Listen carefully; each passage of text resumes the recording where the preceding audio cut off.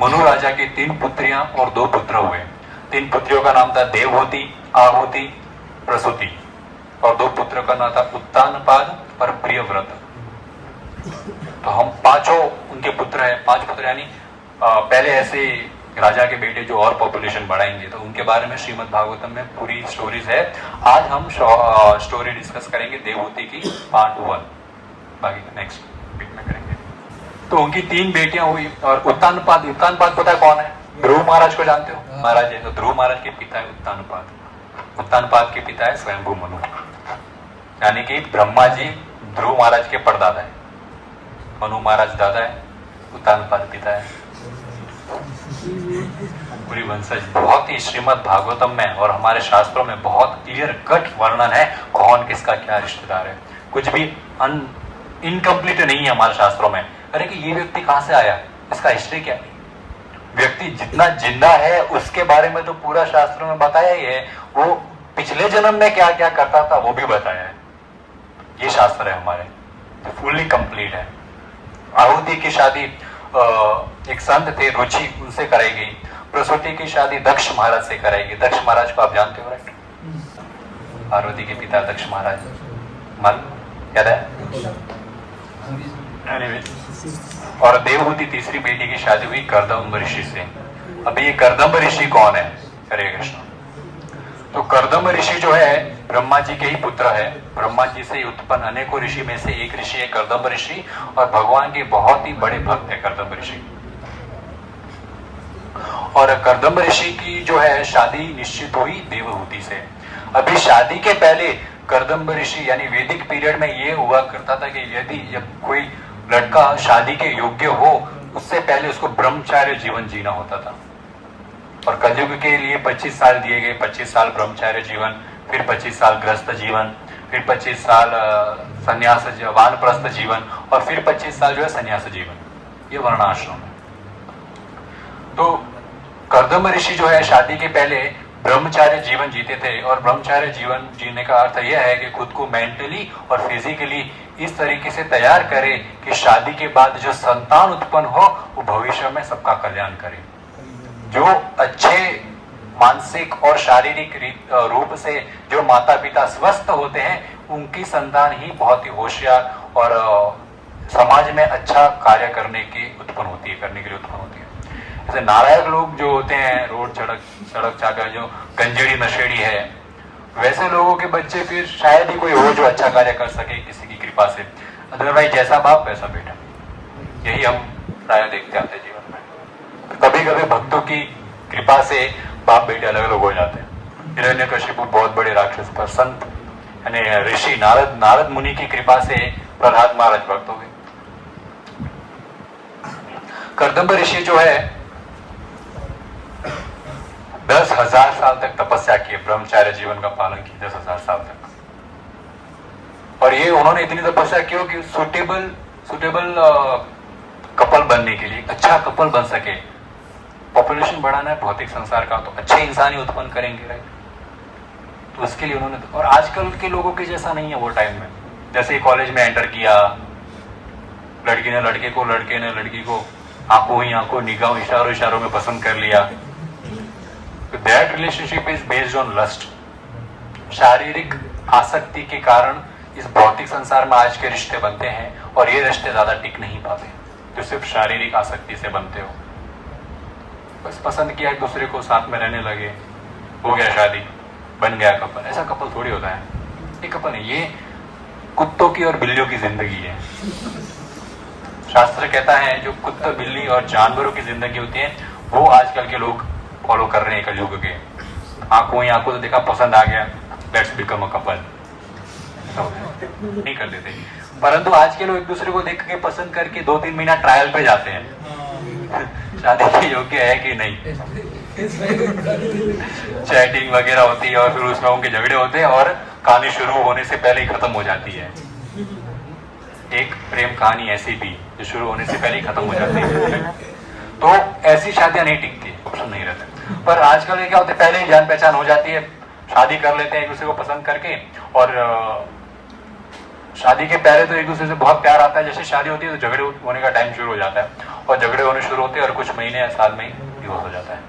और इसमें नुकसान किसका होता है? यदि कोई बच्चा उत्पन्न हो गया उसका, मेंटली पूरी तरह से वो बच्चा बिगड़ जाता है, बड़ा होकर वो भी बहुत कुछ इसी तरह रास्तों पर चलता है जो उसके माँ बाप ने दिया। उसको भी यही लगता है कुछ भी करना, किसी के साथ भी शादी करना और छोड़ देना, क्या ऐसा। कर्दम्ब ऋषि ने 10,000 साल तक भगवान विष्णु की बहुत तपस्या करी। वे बिंदु सरोवर सरस्वती के किनारे पर उन्होंने भगवान विष्णु का स्मरण किया 10,000 साल तक, और इतना स्मरण किया कि भगवान को आना ही पड़ा उनको दर्शन देने। उन्होंने स्मरण ये भाव से नहीं किया कि मुझे ब्यूटीफुल लाइफ चाहिए, उन्होंने स्मरण केवल और केवल भगवान के प्लेजर के लिए किया। और जब भगवान वहां पर आ गए, बड़े से सुंदर से भगवान, कर्दम्ब ऋषि श्रीमद् भागवत में वर्णन देते हैं कि भगवान विष्णु गरुड़ देवता के ऊपर सवार होकर आए, घुंघरालों के बाल, पीतांबर वस्त्र, 4 भुजाएं, शंख चक्र गदा और पद्म हाथ में लिए हुए,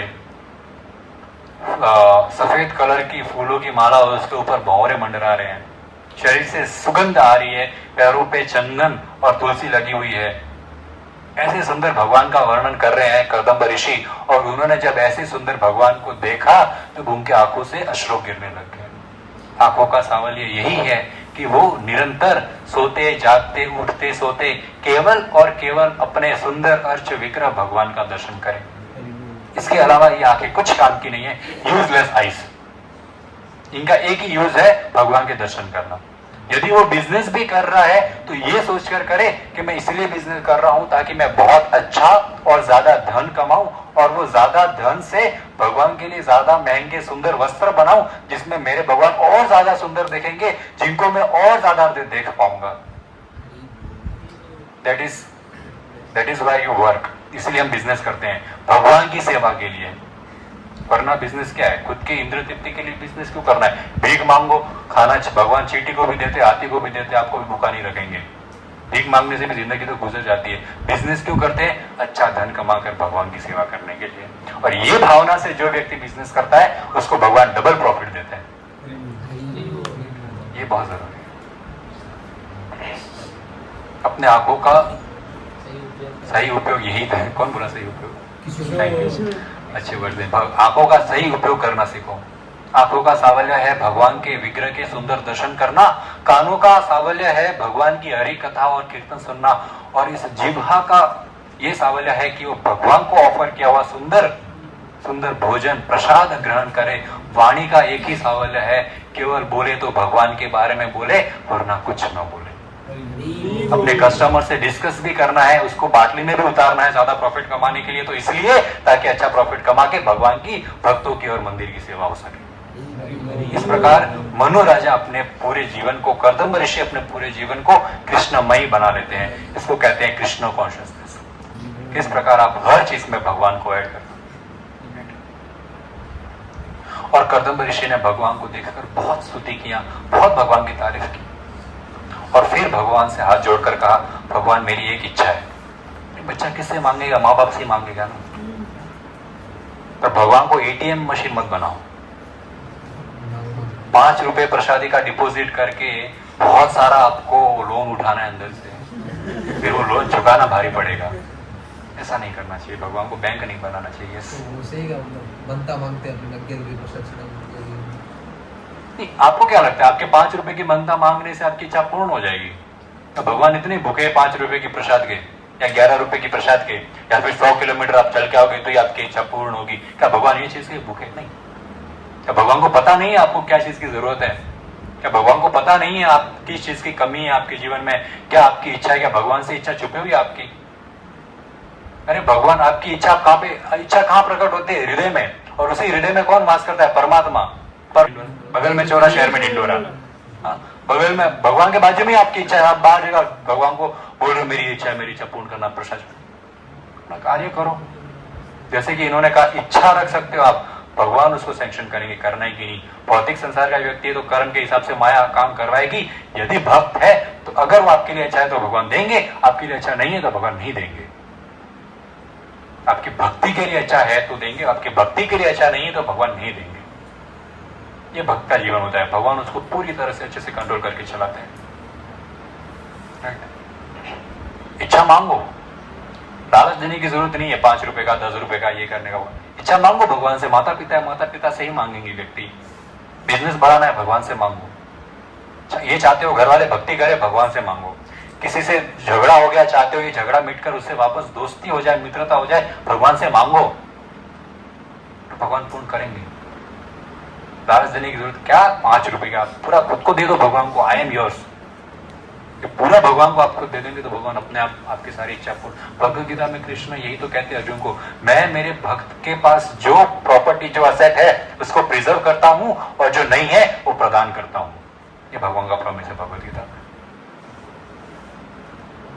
और कर्दम ऋषि ने भी कहा कि मैंने इतनी तपस्या की है आपके दर्शन के लिए, अब आप आ गए हो तो मेरी यही इच्छा है कि एक सूटेबल वाइफ मिले मेरे को, जिसकी वजह से मैं आपकी इच्छा जो है भौतिक संसार में जीव उत्पन्न करने की वो पूर्ण कर सकूं। तो भगवान उनको आशीर्वाद देते हैं कि डे आफ्टर टुमारो, परसों मनु राजा अपनी पुत्री देवहूति के साथ आपका साथ विवाह करवाने आएंगे और आप उसको एक्सेप्ट करना। और फिर आपकी 9 पुत्रियां होंगी, भगवान पूरा उसका फ्यूचर प्लान करके जाते हैं।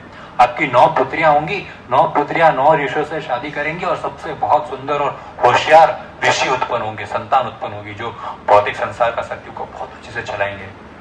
क्योंकि आप मेरे इतने अच्छे भक्त हो, जैसे कि भगवान भगवद गीता में कहते हैं जो चीज है उसको प्रिजर्व करता हूं, जो नहीं है वो देता हूं। बोले आपकी 9 पुत्रियां होंगी, सबकी मैं रक्षा करूंगा, प्रिजर्व कर रहा हूं जो आपके पास है और एक्स्ट्रा दे रहा हूं।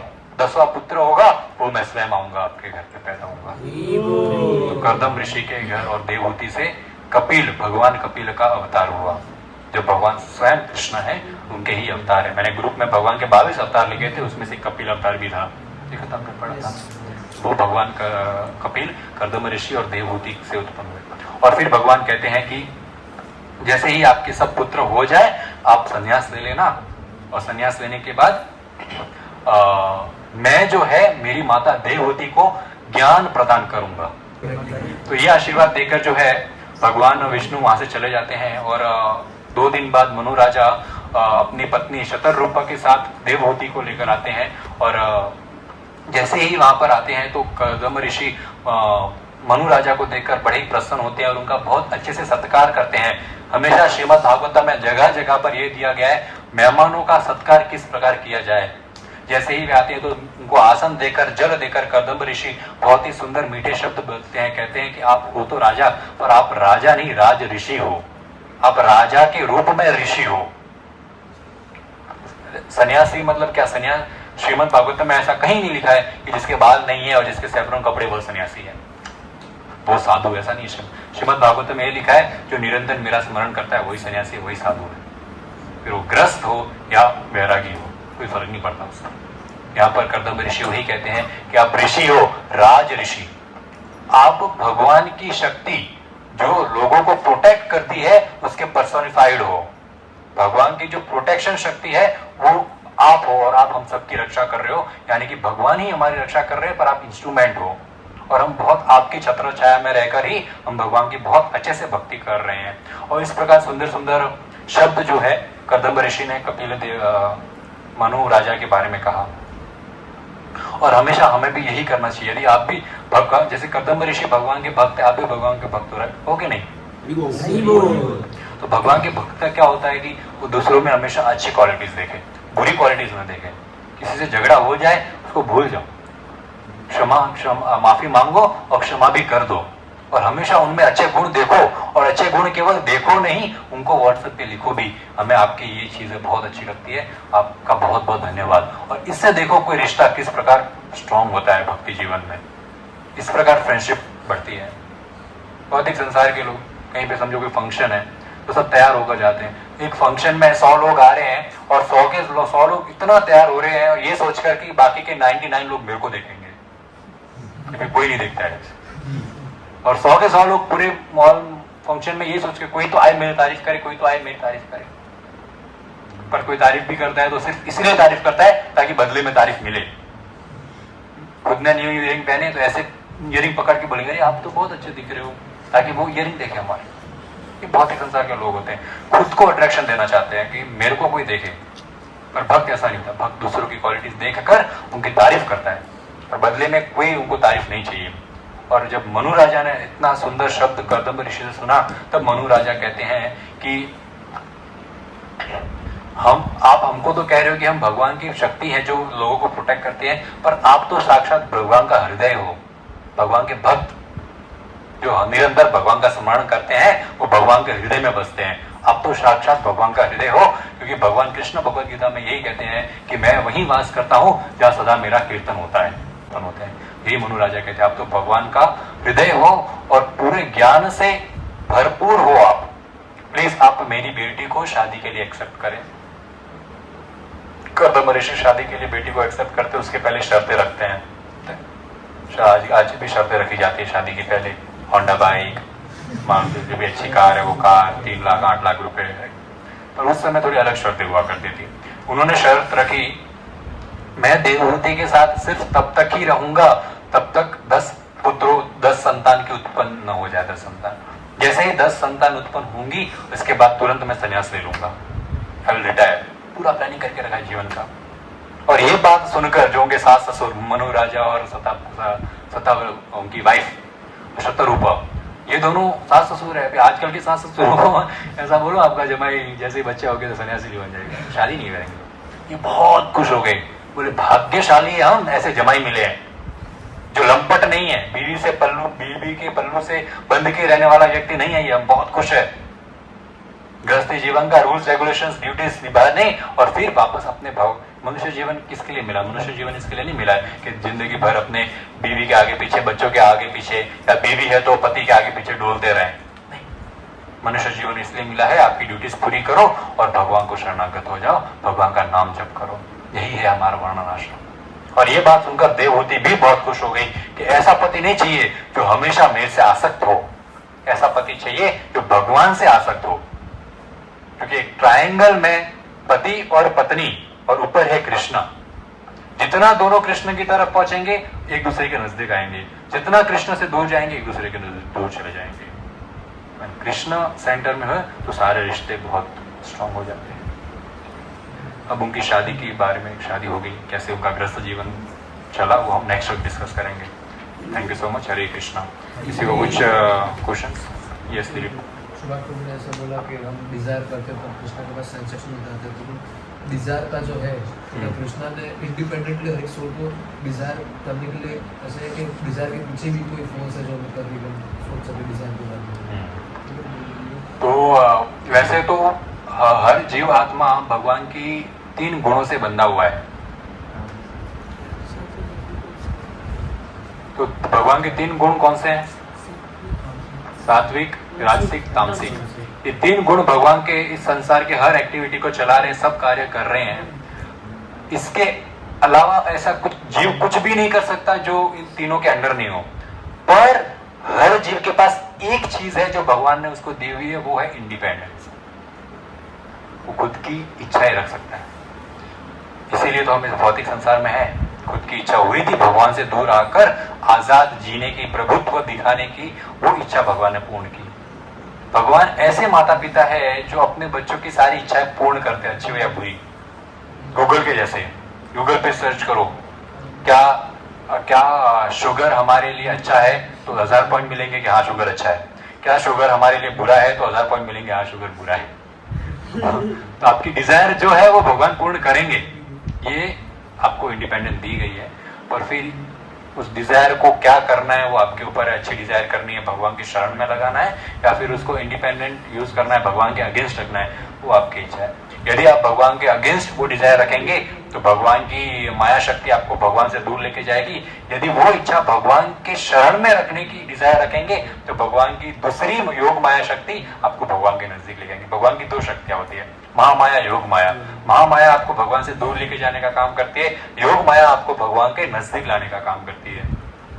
तो डिजायर कौन सी माया को देना है वो आपके ऊपर है। कौन सी कंपनी में इन्वेस्ट करना है, किसमें इन्वेस्टमेंट करना है। योग माया, महामाया 2 ही कंपनी है।